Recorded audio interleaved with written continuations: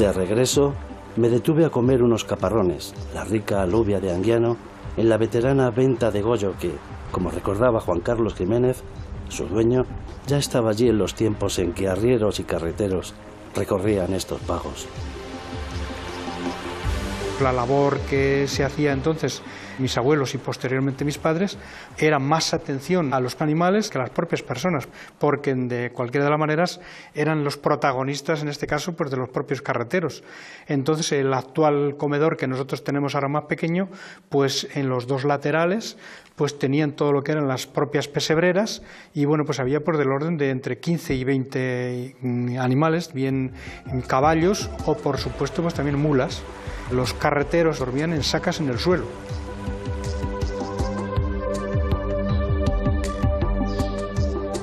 En la venta de Goyo funcionaba una de las gasolineras más antiguas de La Rioja. Tuvo su bonanza económica con los tratantes de ganado que recorrían la carretera LR 113 que atraviesa la llamada comarca de las Siete Villas, que Juan Carlos me animó a conocer. Era el punto de reunión donde se reunían pues todos los concejos y todos los ayuntamientos de las Siete Villas. El motivo de las reuniones en lo que se trataba en aquel entonces, claro, tenemos que tener en cuenta que estas actualmente, pues la transhumancia está, digamos, no voy a decir en declive, pero bueno, en este momento solamente pues tenemos un ganadero transhumante, pero pues concretamente, pues Viniegra, por ejemplo, pues yo lo he conocido con entre 15 y 20.000 cabezas de ganado.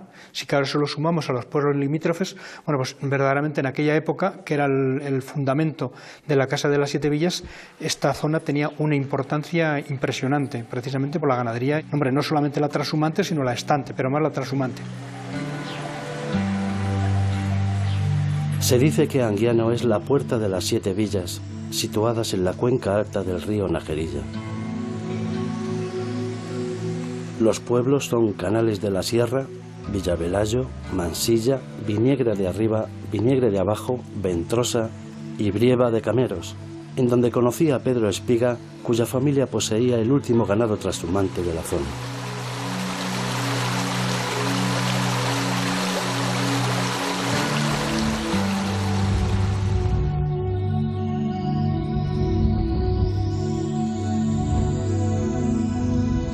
Fue Pedro Espiga quien me enseñó el grandioso mundo de los pastores transhumantes, como la cañada real La Galiana, a su paso por Peña Hincada, que separaba Ortigosa y Brieva.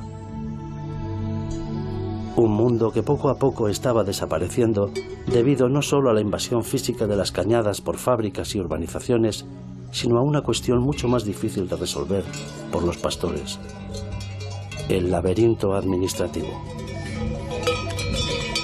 Los ganaderos queremos que España, para los ganaderos, seamos iguales, porque las cañadas y las veredas todas están hechas en España. Entonces ahora llegas a una comunidad y dices, no, esta comunidad hay que pagar la contenta. La contenta se llama que hay que dar una subvención, un pago. Si hay una orden que esto es una cañada. Por ejemplo, antes íbamos con los ganados y también salían los guardas a darles una contenta, pero era normal, porque le damos la propina a los hombres y entonces ellos la admitían bien para poder subsistir. Y nos acompañaban y nos ayudaban. Pero es que ahora, para esta comunidad, de aquí de La Rioja hasta Guadalajara, se podía venir perfectamente sin la lengua azul. Pero ya hay que pasar sobre ella, ya no puede entrar aquí, para la fibra azul. Hay que vacunarlo. Entonces, unos ganaderos han tenido que vacunar, otros no han tenido que vacunar, otros pueden ir libremente. Entonces, eso para ganaderos transhumantes es mal. Que sea una normativa para todo el mundo igual. Tranquilo. Mientras Pedro soltaba al manso, que orgulloso me había enseñado, le pregunté si no tenía perros que le ayudasen. Me dijo que tenía 2 mastines, pero atados abajo, en el pueblo, para que no se fueran de señoritas. Y es que las preocupaciones de un pastor son insospechadas.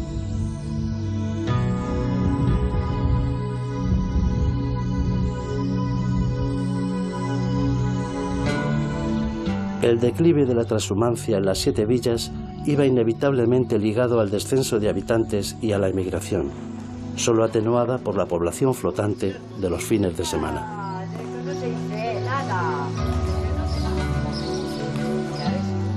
De Viniegra de Abajo fueron muchos emigrantes a Argentina, en donde se hicieron con negocios como el rotativo Mercurio o las tiendas San Miguel.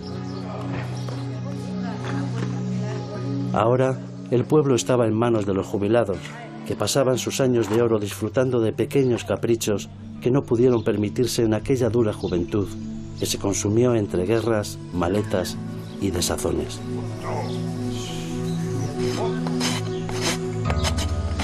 Caprichos como criar una yegua, que permitía además la subsistencia de oficios como el de Mario García, que había encontrado en el herraje ambulante su forma de vida.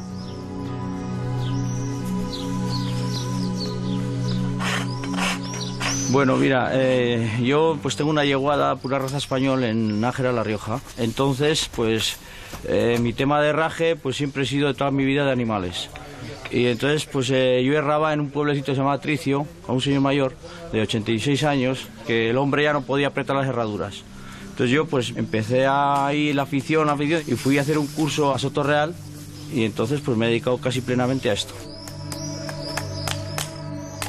Desde luego, por lo que pude ver, a Mario no le faltaba trabajo. Se lo comunican de uno a otro, de boca a boca, ¿no? Porque va errando uno y pues uno se lo dice al otro, oye, pues sabes que me la ha errado Mario, sabes que pues no está mal y tal. Entonces me llaman, vengo, hierro en otro lado. Entonces así, uno a otro y voy por todos los lados. Hago Navarra, hago La Rioja, en Anguiano también hierro.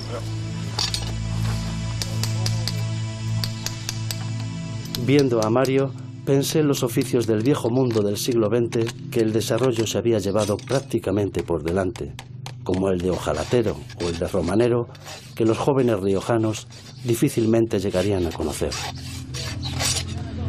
Vale.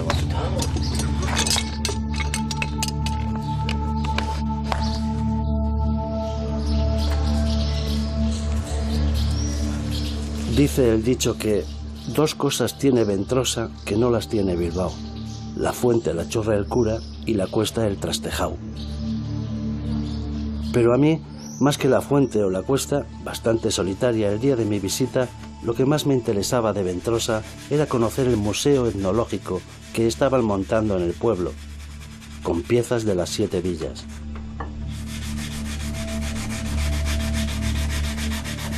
Cuando llegué, Javier Oca trabajaba restaurando una campana, y por lo que pude ver, aunque aún quedaba mucho por hacer y los trastos se amontonaban entre el polvo y las telarañas, o telaratas, como diría Lobarnio, la variedad y cantidad de los objetos era impresionante. Pues esto fue una colección de piezas que hizo un vecino de aquí del pueblo. Fue recogiendo piezas principalmente de esta comarca, las 7 villas. Es interesante pues cómo ha sido la vida en estos pueblos hasta hace poco. Y también se está haciendo para eso un CD en el que pues aparecen pues eso, las piezas y su utilidad. Eso también... Su utilidad, sus nombres, el nombre con el que se le conoce, digamos, el nombre genérico y luego el nombre concreto que se le conoce en este pueblo. Porque puede haber muchas piezas que igual en Madrid, por poner un ejemplo, le llaman de una forma y aquí en esta zona le llaman específicamente de otra. Entonces eso es otra labor que se está haciendo con la catalogación. Entre trillos, cuartillos y celemines, me sentí atraído por un curioso andador de madera. Viéndolo, imaginaba cómo dejarían allí a los niños, mientras la madre se ocupaba de apañar la casa o de dar de comer a los animales. Quién sabe si alguno de los viejos danzadores de Anguiano daría sus primeros pasos en un andador como este. Los que han conocido y los que han manejado estas piezas, sí que les llama la atención el que ahora se intente rescatar esas piezas, porque claro, ellos lo ven como algo que para ellos no tiene un valor más allá de lo que ellos han usado. Por decirte un ejemplo, una cazuela mismo de los que usaban antaño, pues ellos no le ven ningún valor, pero bueno, nosotros podemos aprender de esas cosas. Esas cosas eran como el eco de la vida en el viejo mundo, anterior a la era digital.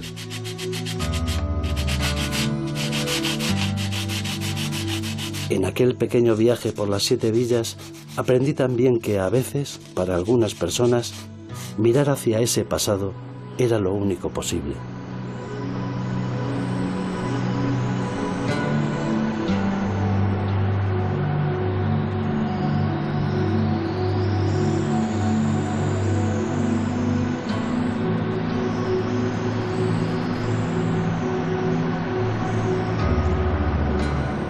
las 7 villas hubo quienes no necesitaron emigrar de su tierra para sentir la añoranza de volver y del reencuentro.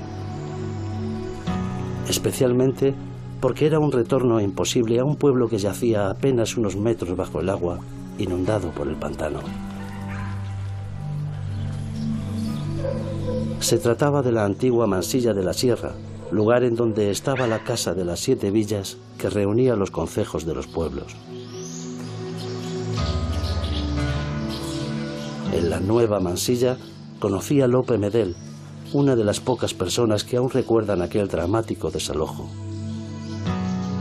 Tal como me había ocurrido otras veces, me di cuenta de la relatividad del tiempo que, para Lope, no existía. Solo la edad de su piel reflejaba el paso de los años. Porque su cabeza parecía regresar de repente a ese presente continuo del momento en que, azuzados por la subida de las aguas y la presión de los guardias, tuvieron que abandonar el pueblo.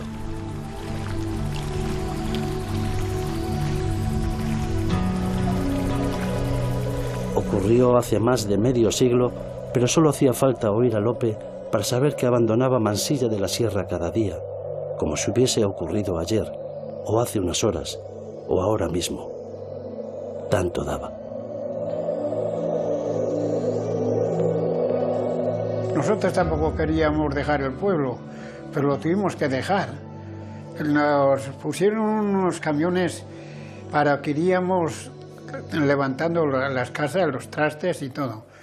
Pero nosotros no quisimos salir a aquello, porque teníamos los animales en la cuadra y no podíamos echarlos a comer al monte sin nada. Los íbamos a perder. Pues no le obedecimos al señor ingeniero que teníamos en Confederación y esperamos que no salimos, no salieron. Allí que si sales, que si no sales, hasta abril no salimos. Con la pérdida de Mansilla, no solo se perdió la antigua casa de las 7 villas, sino una forma de vida. Muchos emigraron, mas nunca sabré si les fue peor a los que se fueron o a los que se quedaron. Tampoco se lo pregunté a Lope.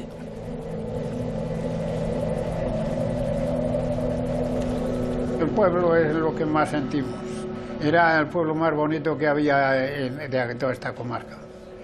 Pero que nos echaron, no nos dieron tiempo y tuvimos que abrir un portillo en el muro para sacar lo que nos faltaba. Lo que nos faltaba.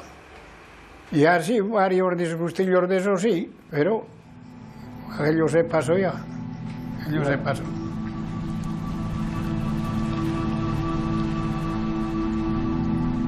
Cuando desaparezcan los viejos, tan solo la ermita de Santa Catalina quedará como testigo de la historia del dramático desalojo de Mansilla de la Sierra. Un pueblo que, entre otros recuerdos, dejó el de una danza que encontré en los viejos archivos, que recogía la antigua costumbre de los mozos de Mansilla de dar una flor a la moza que pretendían.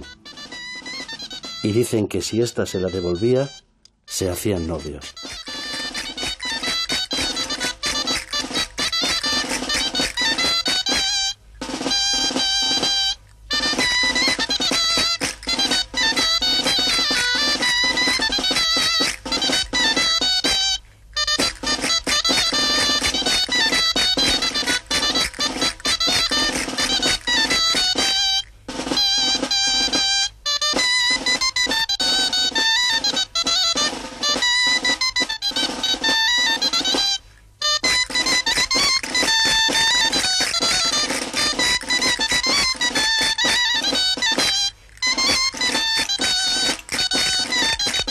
En el pueblo viejo había 2 o 3 cantinas y había 150 o 160 vecinos, había 70, 80 jóvenes entre chicos y chicas y así, muy distinto de eso.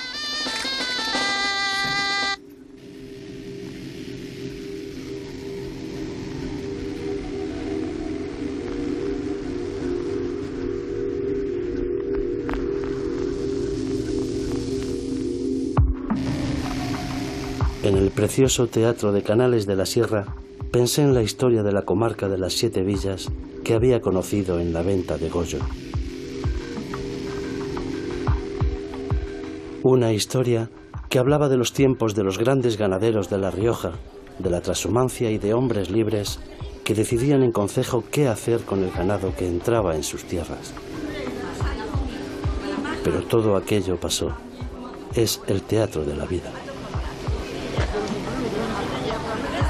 Y mientras en mi viaje se cerraba el telón de las Siete Villas, otro se alzaba en Anguiano, pues era el día de Santa María Magdalena y todo estaba dispuesto.